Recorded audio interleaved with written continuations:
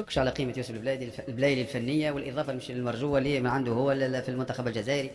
وبالماضي أدرى مني بالكاليتي اللي خاطر هو اللي عاش معاه وهو المقرب كان هو من الجوارات المقربين بالماضي للونترونور اللي يحبهم واللي كان في يوم ما إصلاحه اللي ناجح به.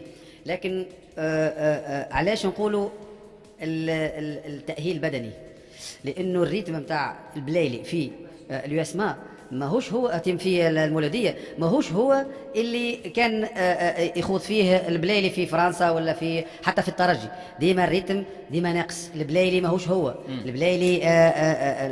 المباريات اللي كان فيها ريتم البلايلي ما شفناهوش بالمستوى المعهود نتاعو.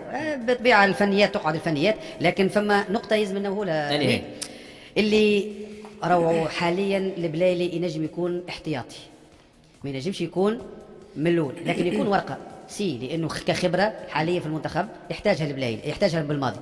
لكن عندك تويكا عموره مطرشق، عموره في اوج عطاء نتاعو، عموره قاعد في نسق تصاعدي، عموره حاليا في ريتم غير ذكرني بريتم البلايلي قبل. عموره حاليا يقدم في مباريات ممتازه جدا مع المنتخب. مش شوف انا الماتش يلعبهم ما مش معناها نحكي ولا ريفيرونس. لا تويكا حاليا قلت لك في نسق تصاعدي، عموره قاعد يكونفيرمي وديما فما نقولوا نحن باساسيون، حتى في اللي جوار فما باساسيون، فما فتره انتقال من باليين حتى يوسف يقع في موسم باهي. لكن يوسف احنا ديما نقولوا يوسف ماهوش يوسف الترتيحه الطويله هذه ما ترجاكش اليوسف الكومبيتيتيف اللي يوسف اللي نحن شفناه في الترجي وفي المنتخب في اوج عطاء. ما يكون لانه شوف مين انا كي نتفرج في مردوده مع فريق ضد شكون العاصمه في الدوري المحلي. نحن شوف مين لحظه برك، نحن شفنا البلايلي مع الترجي الرياضي في تشامبيونز ليج اللي هو ريتم عالي، مباريات قويه فنيا وبدنيا وتكتيكيا هكا ولا لا في يوم ما، ومع كاليتي جوار كبيره ياسر. في فرنسا زاد كيف تعطي البطوله الفرنسيه ديما اقوى من البطوله الجزائريه.